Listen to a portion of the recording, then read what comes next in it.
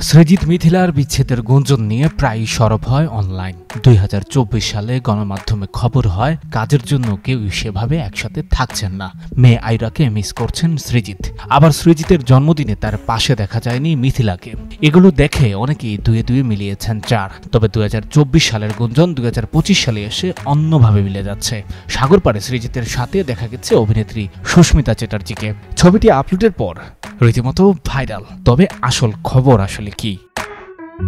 সম্প্রতি সুস্মিতা এবং সৃজিত শুধু সাগর পাড়ে ঘুরতেই চাননি, সৃজিত নিজের হাতে একটি সেলফিও তুলে নিয়েছিলেন। আর সেই ছবিটি সামাজিক মাধ্যমে পোস্ট হয় অভিনেত্রীর প্রোফাইল থেকেই। সুস্মিতা চ্যাটার্জি সেই ছবির ক্যাপশন লিখেছেন সার চোখের মধ্যে। সে ক্যাপশন নিয়ে নেটিজেনদের মধ্যে তুমুল আলোচনা চলছে। তবে সেই অভিনেত্রীর দাবি সৃজিতকে তিনি স্যারই সম্বোধন করেন।